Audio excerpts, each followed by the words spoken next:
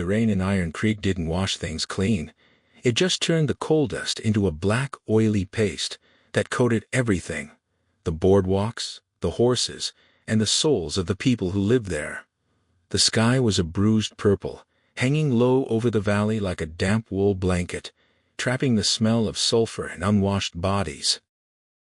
Ada Miller stood on a wooden crate in the center of the muddy thoroughfare, the rain soaking through the thin cotton of her gray dress, plastering it to her skin.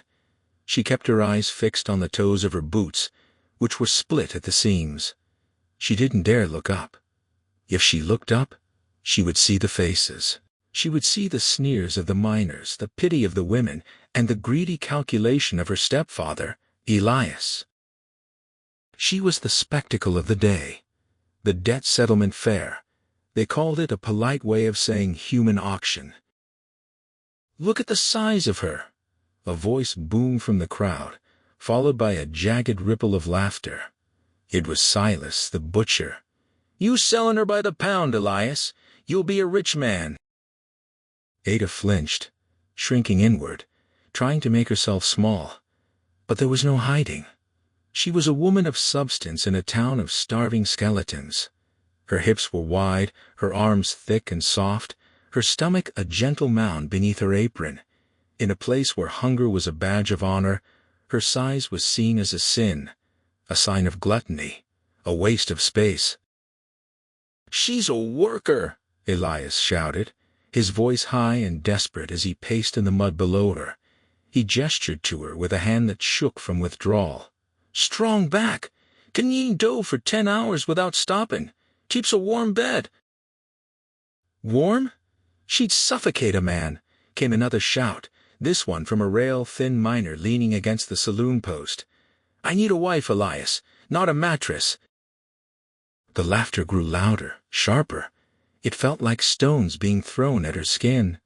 Tears pricked at the corners of Ada's eyes, hot and humiliating. She bit the inside of her cheek until she tasted copper, forcing them back. "Don't cry," she told herself. "Don't give them that satisfaction. You are stone, you are dough. You feel nothing." "Asking $20?" Elias yelled, wiping rain from his face. $20 covers the tab at the Golden Nugget and leaves a little over." "I'll give you 5, Silas the butcher heckled, "and that's generous. Think of the feed bill." Ada closed her eyes. The humiliation was a physical weight, pressing down on her chest, making it hard to breathe. She remembered her mother, dead 3 winters now, brushing her hair and telling her she was beautiful, that she was abundance in a lean world. But her mother was gone, and the world was leaner and crueler than ever. "10? Anyone for 10? Elias pleaded, panic creeping into his voice. "She can sew, she can." Suddenly the laughter died. It didn't taper off, it was cut short, severed like a rope. The silence that followed was heavy, thick with a sudden primal tension. The horses at the hitching post whinnied and stomped nervously. The crowd parted. Men who had been shouting insults seconds ago scrambled backward, pressing themselves against the wet walls of the buildings to make way. Walking down the center of the street was a shadow detached from the mountain. He was massive, not fat, but dense, a wall of muscle and bone wrapped in the skins of animals he had likely killed with his bare hands.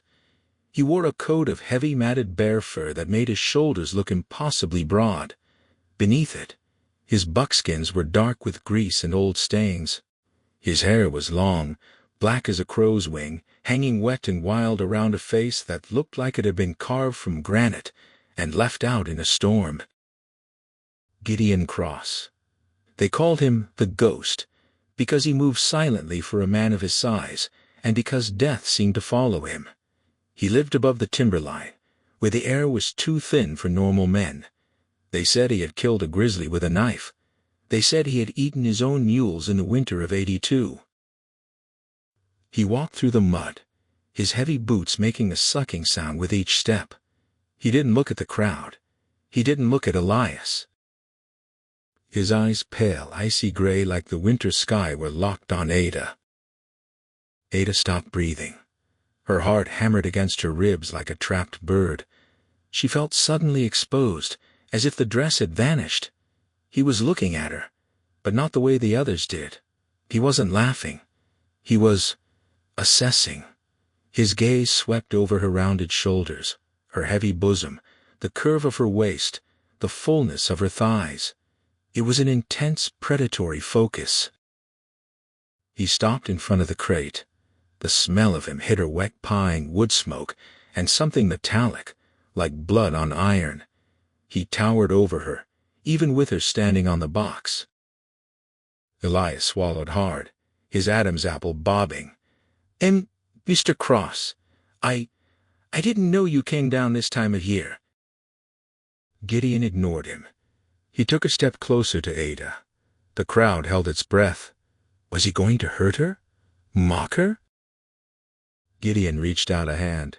It was enormous, scarred and calloused, the knuckles rough as tree bark.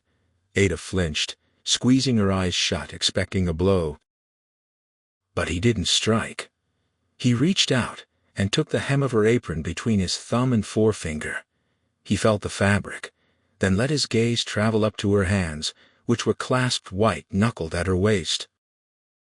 "Work hands," he rumbled.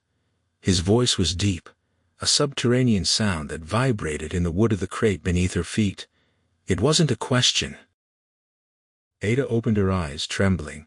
"Yes, sir. Baking, mending." Gideon nodded once. He looked at her face, at the rain dripping from her nose, at the redness in her cheeks. For a split second, something flickered in his eyes, not pity, but recognition, like a wolf seeing another wolf in a trap. He turned to Elias. "Price," Gideon said. "One word. Flat. Final." Elias blinked, his greed instantly warring with his terror. "Well now, Mr. Cross, as I was saying, she's a heavy eater. Takes a lot to keep her." "Price," Gideon repeated, louder this time. His hand drifted to the belt at his waist, where a long hunting knife rested in a sheath. $30, Elias blurted out, naming a sum that was absurd, a fortune in Iron Creek. The crowd gasped. Silas the butcher started to laugh. "You crazy old fool. Nobody pays 30 for—" Thud. A heavy leather pouch hit the top of the barrel next to Elias. It landed with the solid, dead weight of metal. Gideon didn't count out coins. He didn't haggle. He just dropped the bag. "Silver," Gideon growled. "Uncut." Elias scrambled for the bag, tearing it open. His eyes bulged. It was raw silver ore and heavy minted coins. It was worth $50, maybe more. "Sold!" Elias shrieked, clutching the bag to his chest. "She's yours! Take her! No returns!" Ada felt the world tilt. Sold. Like a cow. Like a sack of flour. She was property now. Property of the monster from the peaks. Gideon didn't wait for paperwork. He stepped up to the crate. "Come," he said. Ada hesitated, her legs feeling like water. I need my things. My shawl." "I have shawls," Gideon said. He didn't wait. He reached out and put his hands on her waist. Ada gasped. His hands were so large, they nearly spanned her sides. He gripped her firmly, his fingers digging into the soft flesh she hated so much. She waited for him to grimace, to make a comment about her weight. Instead, he grunted a low exertion of breath and lifted her. He lifted her off the crate, as if she were a child. He swung her through the air, her wet skirts swirling, and deposited her onto the ground. But he didn't stop there. He kept his arm around her waist, pulling her against his side. His body was hard as rock, radiating a heat that shocked her through her cold clothes. He marched her toward the livery, where a massive beast was tied. It wasn't a horse, it was a mule, black and gray, with shoulders as high as a man's head, a pack animal, a creature of burden. "Up," Gideon commanded. "I can't," Ada whispered, shame flooding her face. "I'm too heavy. I'll hurt him." Gideon stopped. He turned and looked at her, really looked at her, inches from her face. Rain dripped from his beard. "This is Buster," Gideon said. "Buster carries 300 pounds of timber up a 40-degree grade. You are." He paused, his eyes dropping to her stomach, then back to her eyes. "You are light." He didn't give her time to process the lie. He boosted her up. Ada scrambled onto the saddle, expecting the animal to buckle. Buster simply shifted his weight and snorted, unimpressed. Gideon swung himself up behind her. The saddle groaned but held. Now she was trapped. His chest was a wall against her back. His arms came around her to grab the reins, effectively caging her. She could feel the steady, slow thump of his heart against her shoulder blade. He smelled of wet wool and tobacco now. He kicked the mule into motion. As they rode past the saloon, the men were silent. No one laughed at Gideon Cross. No one heckled the woman he had just paid a fortune for. Elias was still counting his silver in the mud, oblivious to the fact that he had just sold his only family to a ghost. "Where are we going?" Ada asked, her voice barely audible over the rain. "Home," Gideon said. The word was rough, unfamiliar in his mouth.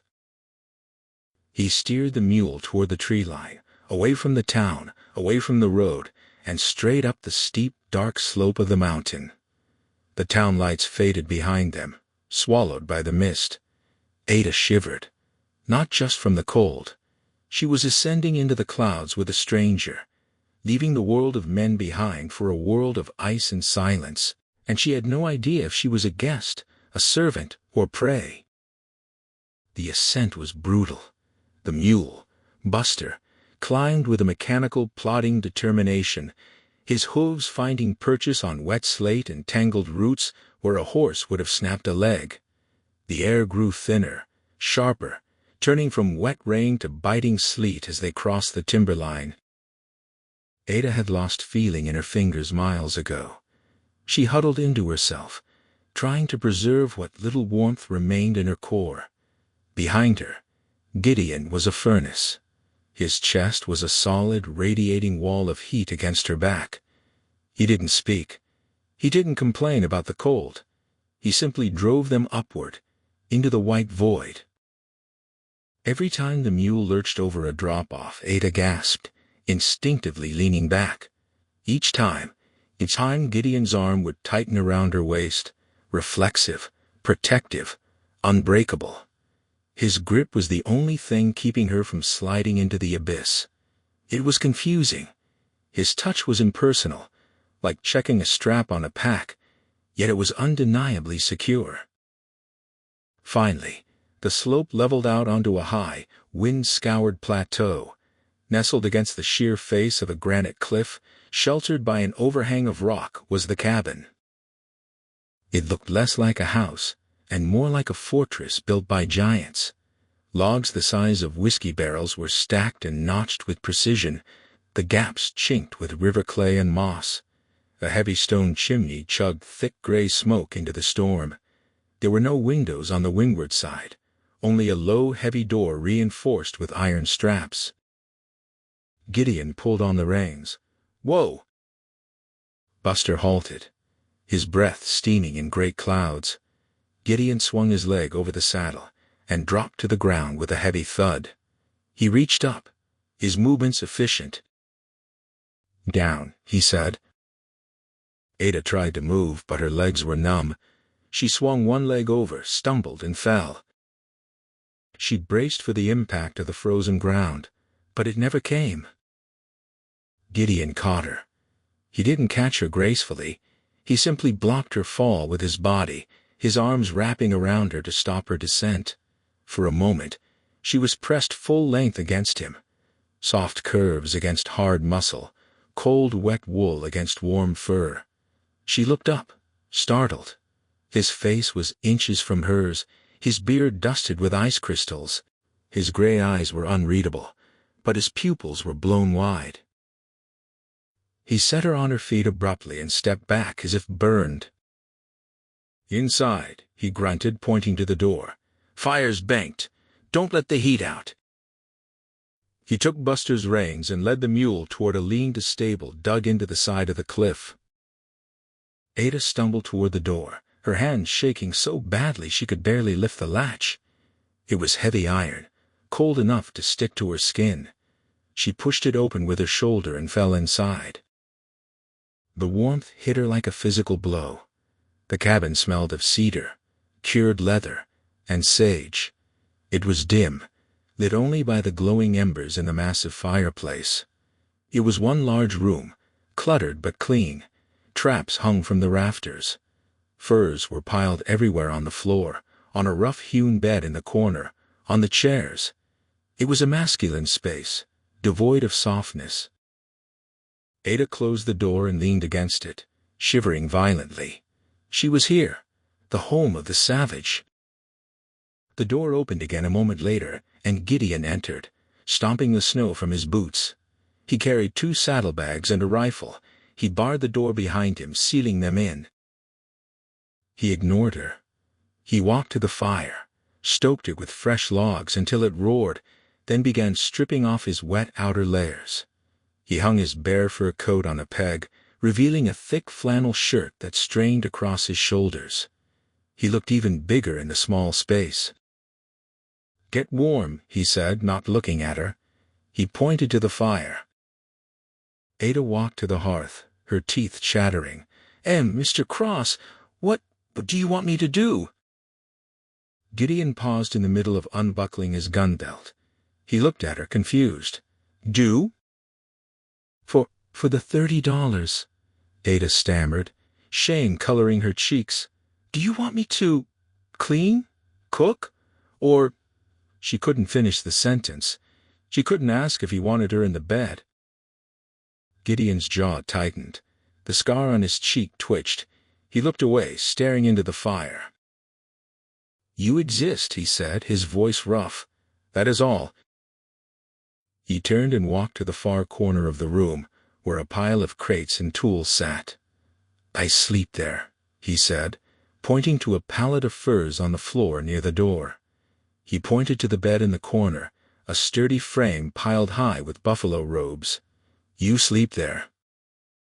Ada stared at him. "But that's your bed." "You take up space," Gideon said. It wasn't an insult, it was a statement of fact. "Floor is hard, bed is soft. You take the bed." He turned his back on her and began organizing his traps, the metal clinking loudly in the silence. The rejection stung, even though it was a mercy. He finds me repulsive, Ada thought. He paid for a wife, saw me in the light, and decided the floor was better than touching me. She moved to the fire, trying to dry her clothes. As she turned, her hip bumped into a small table loaded with skinning knives. The table wobbled, and a heavy skinning knife clattered to the floor. Clang! Gideon spun around, his hand flying to the knife at his belt. His eyes were wild, feral for a split second. Ada gasped, shrinking back, raising her hands. I'm sorry. I'm so clumsy. I take up too much room."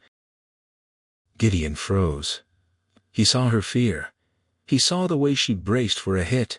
His hand dropped from his belt. The wildness faded, replaced by a deep, weary sadness. He bent down and picked up the knife. He placed it back on the table, moving it further from the edge. "Not clumsy," he muttered. "Cabin is small, too much gear." He went back to his work. Ada stood there, heart racing. She needed to do something. She needed to prove she wasn't just a clumsy fat burden who cost $30. She looked around. The cabin was messy, not dirty, but disorganized. Dishes were piled in a bucket. A sack of flour sat open. She moved to the kitchen area. I can make supper," she offered quietly. Gideon didn't answer, but he didn't stop her. Ada found a cast-iron pot. She found dried rabbit meat, some withered potatoes, And the flour. She went to work. Her hands, which had been trembling, steadied as soon as they touched the dough. This she knew. This was her language. She mixed the flour with water and a pinch of salt she found in a jar. She kneaded it on the tabletop, her soft, heavy arms moving with a rhythmic grace. She shaped the dough into flat biscuits. She revived the dried meat in water, adding sage and wild onion she found hanging from the rafters. Soon, the cabin began to smell different. The sharp scent of iron and musk was replaced by the warm, yeasty aroma of baking bread and savory stew. Gideon stopped working. He sat on a crate, his back to her, but his head was tilted. He was sniffing the air. Ada plated the food, a large portion for him, a smaller one for herself. She placed the bowl and the hot bread on the table. "It's ready," she whispered. Gideon stood up. He walked to the table. He looked at the food, as if he had never seen a hot meal before. He looked at the bread, golden brown, steaming, soft. He sat down. He tore a piece of bread. He didn't eat it immediately. He held it, feeling its warmth, its texture. He looked at Ada, who was standing by the fire, waiting to be dismissed. "Sit," he commanded. "Eat." Ada sat opposite him. Gideon took a bite. He closed his eyes. A sound escaped his throat, a low hum of pleasure that he quickly suppressed. He ate with a focused intensity, wiping the bowl clean with the bread, eating as if he hadn't tasted comfort in years. When he was finished, he pushed the bowl away. He looked at Ada. She had barely touched her food, picking at it nervously. "You cook," he said. It's all I'm good at," Ada replied, looking down at her lap. "My mother said. She said I was built for the kitchen because no one would want me in the parlor." Gideon stared at her. His gaze dropped to her hands resting on the table, soft, dimpled, dusted with flour. He looked at the curve of her stomach pressed against the edge of the table. "Mother was a fool," Gideon growled. He stood up abruptly, the chair scraping loudly against the floor. "Storm is getting worse. Snow will bury the door by morning." He walked to his pallet on the floor, turned his back to her and pulled a fur over his head. "Sleep," he said from the darkness. Ada sat alone at the table, the warmth of the bread fading. She looked at the massive lump of a man on the floor. He was terrifying, yes, but he had given her his bed. He had eaten her food, and he had called her mother a fool for calling her useless. She blew out the lamp and climbed into the big bed. It smelled of him, pine and earth. It was soft. For the first time in her life, she felt small, swallowed up by the furs and the presence of the man who breathed rhythmically in the dark. Outside, the wind howled, burying the fortress in white. Inside, the friction of two lonely souls sharing a cage had begun. The storm that descended that night was not merely a snowfall, it was a burial. The wind screamed like a dying animal, piling drifts 10 feet high against the cabin walls, turning the interior into a lightless, timeless cave.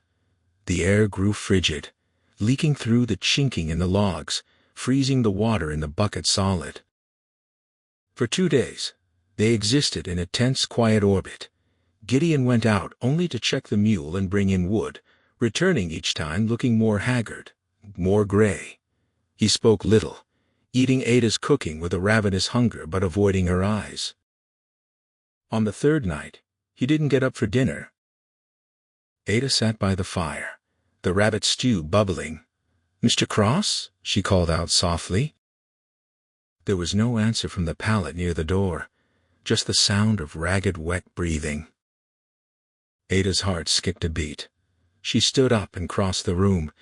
Gideon was tangled in his furs, his body shivering so violently his teeth chattered audibly. "Gideon?" She knelt beside him. She reached out to touch his forehead. He flinched, his eyes flying open. They were glassy, unfocused. Don't Don't let them take the ridge, he mumbled, his voice a broken rasp. His skin was burning, not just warm scorching. Mountain lung, Ada whispered, realizing the terror of their situation. He had been out in the wet and cold for days, giving her the bed, taking the drafts on the floor, pushing his body past its limit. The giant had fallen. She tried to lift him. It was like trying to lift a fallen oak. He was dead weight, his muscles locked in rigors. "I need to get you to the fire," she said, panic rising in her throat. "Gideon, you have to help me." He groaned, thrashing blindly. Cold, so cold. Ada didn't think. She acted. She was not a delicate flower. She was a woman of substance. She planted her feet, grabbed him under the arms, and heaved. She used her weight, her leverage. Inch by agonizing inch, she dragged him across the floorboards toward the hearth. She built the fire up until it roared, the heat intense on her face. She stripped the damp shirt from his body. His chest was a landscape of scars, old bullet wounds, jagged claw marks, and the pale, shiny tissue of burns. He was a map of violence. But now, he was shaking like a leaf. She piled every fur she could find on top of him. It wasn't enough. The cold was inside him, in his blood. Ada looked at the bed, then at him. She knew what she had to do. The old wives in Iron Creek spoke of it. The only way to break a deep freeze was living heat. She took a deep breath. She unlaced her boots. She unbuttoned her dress, letting it fall to the floor. She stood in her chemise and bloomers, her body pale and soft in the firelight. She felt a wave of shame wash over her, her rolls, her stretch marks, the way her flesh didn't sit firm against her bones. But this wasn't about vanity. It was about survival.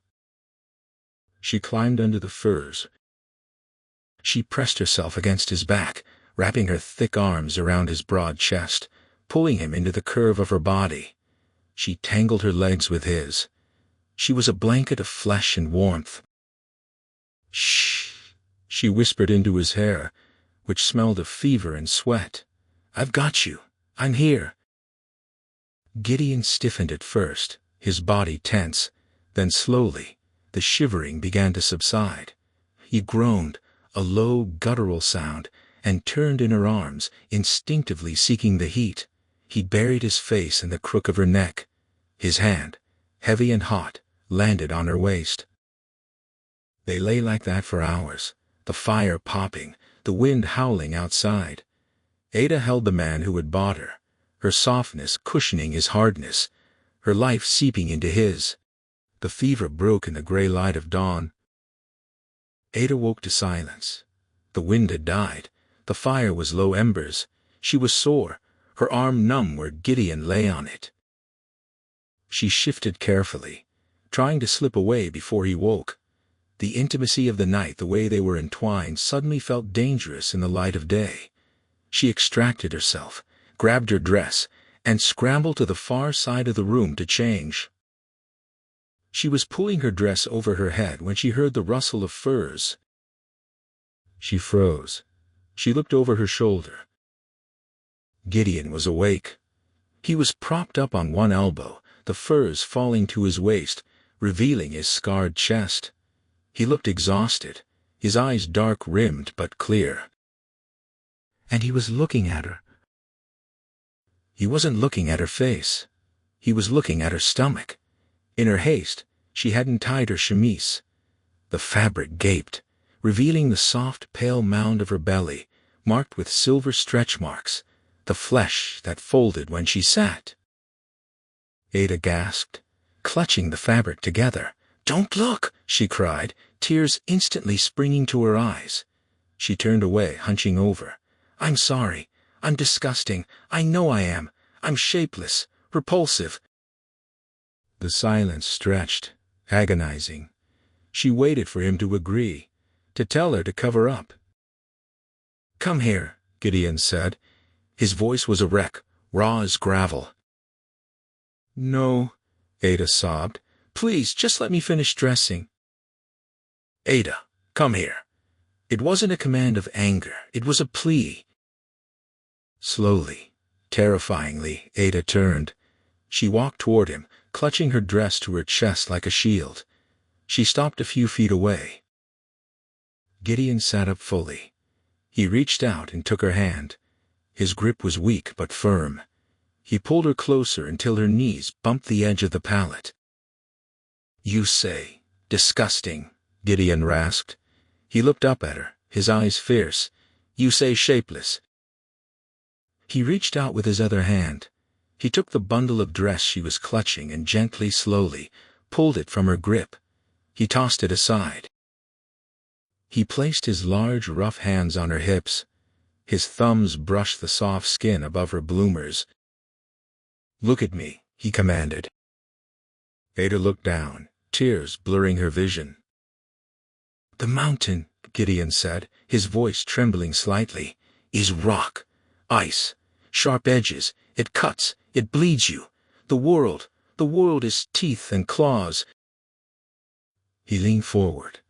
He pressed his forehead against her stomach. Ada gasped, her breath hitching. Soft, Gideon whispered against her skin. You are soft, the only soft thing in this hell. He pulled back slightly. He looked at the silver lines on her skin, the curve she hated so much. And then he leaned in and kissed her. Not on the lips. He pressed his lips, chapped and hot, directly to the center of her stomach. He kissed the softness. He kissed the flaw. He rested his cheek against her belly, closing his eyes, letting out a long, shuddering sigh of absolute peace. Worship, he murmured. This is not ugly, Ada. This is abundance. This is life. Ada stood frozen, her hands hovering over his head.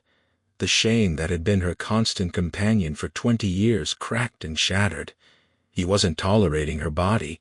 He was seeking sanctuary in it. He was bowing to it. She slowly lowered her hands, tangling her fingers in his dark, matted hair. She pulled his head closer against her. I thought you hated me, she whispered, her voice breaking. I thought you were disgusted. Gideon looked up, his eyes wet. I was afraid, he confessed, afraid I would break you, afraid I would dirty you with my darkness. You couldn't break me, Ada said, a newfound strength rising in her chest. She looked down at the massive scarred warrior clinging to her waist. I'm sturdy, Gideon. I can hold you. He pulled her down then, not letting go. She collapsed into his arms, onto the furs. He wrapped himself around her, burying his face in her neck, holding her tight, not for warmth this time, but for need. Mine, he growled against her skin. Yours, she answered. Outside, the sun finally crested the peaks, blinding and bright. Inside, the wall between them was gone. There was no more buyer and sold. There was only the man of stone and the woman of soft earth, and the silence was no longer lonely. The sun that flooded the cabin was blinding, a brilliant crystalline white that bounced off the snowdrifts and pierced the gloom of the interior. It was a fall spring, the kind the mountains gave you just before they tried to kill you again. For an hour, the world was perfect. Gideon had fallen back asleep, his head resting heavily on Ada's chest, his breathing deep and even, no longer rattling with fluid. Ada lay awake, tracing the scars on his back with her fingertips, marveling at the sheer density of him. He was a landscape she was just beginning to learn. When he finally stirred, it was with a groan of stiff muscles. He didn't pull away. He pressed a kiss to her collarbone, his beard scratching her skin before sitting up. He looked at the window, squinting against the glare. Wood, he rasped, his voice still thick with the remnants of the sickness. Storm ate the pile. Need to split more before the sun drops. He dressed slowly, his movements lacking their usual fluid grace. The fever had burned the energy out of him. He pulled on his trousers and his boots, but left his heavy coat. The exertion of chopping would warm him soon enough. He grabbed the heavy splitting maul from the corner, a tool with a head like a sledgehammer and a blade like a razor. "I'll make coffee," Ada said, sitting up, pulling the furs around her. She felt a flush of heat, remembering the way he had looked at her stomach, the way he had kissed her. Gideon paused at the door.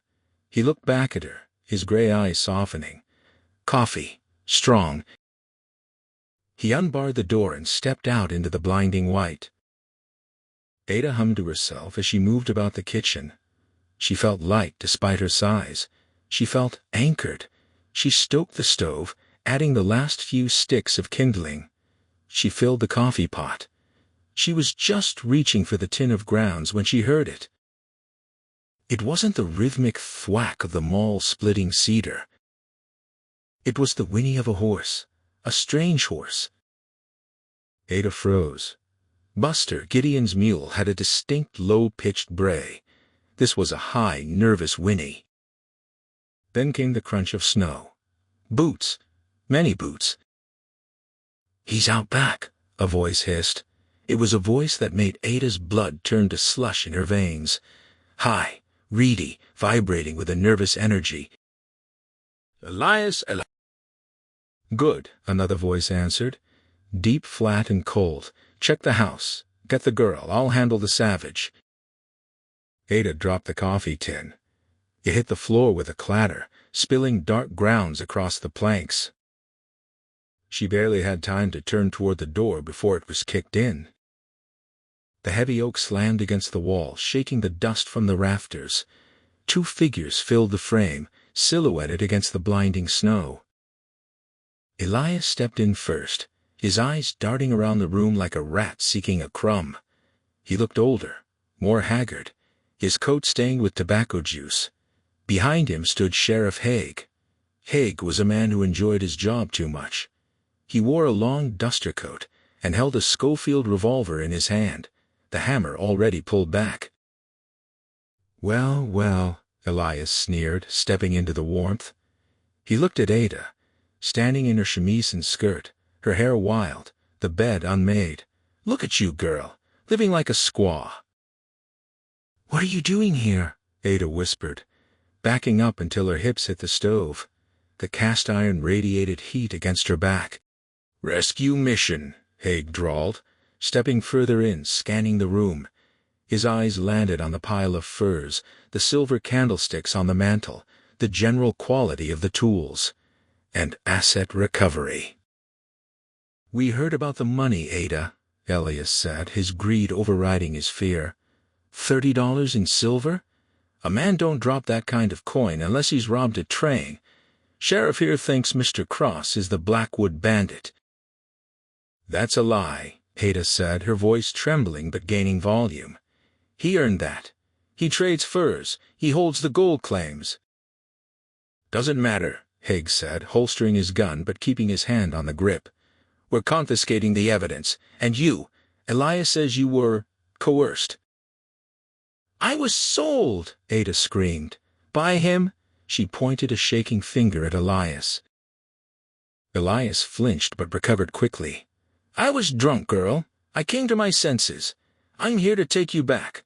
Got a nice job lined up for you at the laundry in the city. Hard work, but it'll pay off our debts." He took a step toward her, pulling a length of rope from his pocket. "Come on now. Don't make a scene. You know, you ain't got the fight in you. You're soft." Soft. The word hung in the air. Yesterday, it had been a prayer. Today, it was an insult. "Don't touch me," Ada warned, her hand reaching behind her, her fingers closing around the handle of the heavy cast-iron skillet sitting on the stove. It was still hot from breakfast. "Where is he?" Haig asked sharply, looking toward the back door. As if summoned, a shadow fell over the front door. Gideon didn't walk in. He filled the doorway. He was shirtless, his skin glistening with sweat despite the cold, his scars standing out in high relief. In his hands, he held the splitting maul. He looked at Haig. He looked at Elias. Then he looked at Ada, cornered against the stove. The change in him was instantaneous. The human intelligence in his eyes vanished, replaced by a flat black void of pure violence. The bear had woken up. "Get out," Gideon said. The voice didn't sound human. It sounded like rocks grinding together in a landslide. Haig spun around, drawing his revolver with practiced speed. "Drop the weapon, Cross. You're under arrest for—" Gideon didn't drop it. He charged. For a big man, he moved with terrifying speed. He covered the distance in 2 strides. Bang! The gunshot was deafening in the small cabin. Ada screamed. The bullet caught Gideon in the left shoulder. A spray of red mist painted the air. The impact spun him slightly, but it didn't stop him. Adrenaline and rage overrode the pain. Gideon roared a sound that shook the floorboards. He swung the maul. He didn't use the blade. He used the flat hammerhead. It connected with Haig's chest. The sound of ribs cracking was like dry branches snapping under a boot. Haig flew backward, crashing into the table, destroying it, his gun skittering across the floor. Elias shrieked and scrambled for the gun. Gideon turned on him, blood streaming down his arm, turning his pale skin crimson. He raised the maul again. But Haig wasn't out. He was tough, and he was desperate. He scrambled up from the wreckage of the table, gasping for air, and pulled a second gun, a Derringer, from his boot. He aimed at Gideon's back. "Gideon!" Ada screamed. Gideon turned, but he was slow. The sickness, the bullet wound, the exertion, he was flagging. He stumbled. Haig leveled the gun at Gideon's head. "Die, you son of a bitch!" Ada didn't think. She didn't weigh the options. She didn't look for a way out. She looked at the man who had kissed her stomach, the man who had bowed to her, the man who was currently bleeding on the floor for her. She wasn't a victim. She wasn't an asset. She was the abundance. She was the weight. Ada gripped the handle of the cast-iron skillet with both hands. She lunged. She didn't swing it like a lady. She swung it like a blacksmith swinging a hammer. She put all 200 pounds of her weight, all her years of rage, all her softness behind the blow. Haig never saw her coming. His focus was entirely on the monster in front of him. Clang! The sound was pure and ringing, like a church bell signaling the end of the world. The heavy iron skillet struck the side of Haig's head. The impact was devastating. The gun fired into the ceiling as Haig crumpled instantly, his eyes rolling back, dropping like a puppet with cut strings. Elias, who had just reached the first gun, looked up. He saw Gideon, bleeding and panting, looking at him with murder in his eyes. He saw Ada, standing over the unconscious sheriff, heaving for breath, the smoking skillet raised high in her hands like a weapon of war. Her face was twisted in a snarl that matched Gideon's. Elias whimpered. He dropped the gun. He raised his hands. "Now, Ada," he stammered, backing toward the door. "Now, baby girl, I was just—" Gideon took a step forward. He dropped the heavy maul. It hit the floor with a thud. He reached out with his good hand, the right one, and grabbed Elias by the throat. He lifted him. Not high, just enough so his toes scrabbled uselessly against the floorboards. "She," Gideon growled, bringing his blood-spattered face inches from Elias's, "is not soft." He threw Elias. He didn't just shove him, he launched him. Elias flew through the open door, sailing over the porch steps, and landed face first in a snowdrift 5 feet away. Gideon stood in the doorway, swaying. He looked at the sheriff groaning on the floor. He looked at the blood dripping from his own shoulder. Then he turned to Ada. The feral light faded from his eyes, replaced by a look of shock and profound awe. He looked at the skillet in her hand. He looked at her fierce, flushed face. He took a stumbling step toward her. His knees buckled. "Gideon!" Ada dropped the skillet and rushed forward. She caught him just as he fell, her arms strong, thick, capable, wrapped around his waist, taking his weight. He was heavy, impossibly heavy, but she didn't buckle. She braced her legs. She held him up. "I got you," she wept, guiding him down gently to the floor, away from the glass and the blood. "I got you, Gideon. I got you." The sanctuary had been breached. The violence of the world had found them, but the too fat girl hadn't broken. She had become the hammer. The silence that returned to the cabin was heavier than the storm, weighted with the metallic tang of blood and the lingering acrid scent of spent gunpowder. The violence had been sudden and loud, but the aftermath was a slow, throbbing ache. Ada moved with a cold, terrifying efficiency. The girl who had trembled on the auction block was gone, burned away by the flash of the muzzle and the weight of the skillet in her hand. In her place was a woman of iron and earth. She had dragged Sheriff Haig and Elias out into the snow, binding their hands with the very rope Elias had brought to tie her. She had lashed them to their horses, sending the terrified animals scrambling down the treacherous path with a slap to their flanks. They would survive, or they wouldn't. The mountain would decide. Ada found she didn't care. Her world had shrunk to the man bleeding on the floorboards. Gideon lay on the bearskin rug near the hearth, his face gray, beads of sweat standing out on his forehead like pearls of oil. The bullet had passed through the meat of his shoulder, a clean exit. Thank God! But the blood loss was significant. It soaked the rug, dark and slick. "Drink," Ada commanded softly. She held a tin cup of whiskey to his lips. As Gideon coughed, his eyes fluttering open, unfocused and bright with pain. He took a swallow, grimacing as the liquor burned his throat. "Need to sew it," he rasped, his teeth gritting together. "I know," Ada said. Her voice was steady. "I'm ready." She had sterilized a needle in the flame of the stove and threaded it with thick silk thread usually reserved for mending heavy canvas. She poured whiskey directly into the wound. Gideon roared, his back arching off the floor, the muscles in his neck straining like steel cables. He didn't scream, but the sound was a guttural tear in the air. "I'm sorry," Ada whispered, tears blurring her vision for the first time. "I'm sorry, Gideon." "Do it," he breathed, collapsing back. Ada worked. Her hands, those work hands he had noticed in town, the hands that could knead dough until it was smooth as silk, were steady. She pinched the jagged edges of the skin together. She pierced the tough muscle. She tied the knots. Every pass of the needle was a prayer. Every knot was a promise.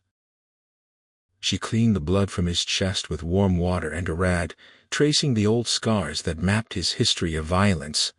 Now, there was a new one, a mark that said he had fought for her. When she was finished, she bandaged him tightly with strips of clean linen. She stoked the fire until the cabin was sweltering, trying to drive the shock from his bones. She sat beside him on the floor, pulling his heavy head into her lap, stroking his damp hair until his breathing evened out into a sleep born of exhaustion. She didn't move. She sat there as the sun began to dip, casting long, bruised shadows across the floor. She watched the dust motes dance in the light, realizing that for the first time in her life, she wasn't thinking about how much space she took up. She was simply the anchor holding the ship in place. Gideon woke hours later. The cabin was dark, save for the orange glow of the embers. He shifted, a hiss of pain escaping his lips. "Easy." Ada's voice came from the darkness above him. He looked up. She was looking down at him, her face framed by the firelight, soft and weary and beautiful. Gideon struggled to sit up. Ada helped him, her arms strong behind his back. He leaned against the stone hearth, closing his eyes as the room spun. "They're gone?" he asked. "Gone," Ada confirmed.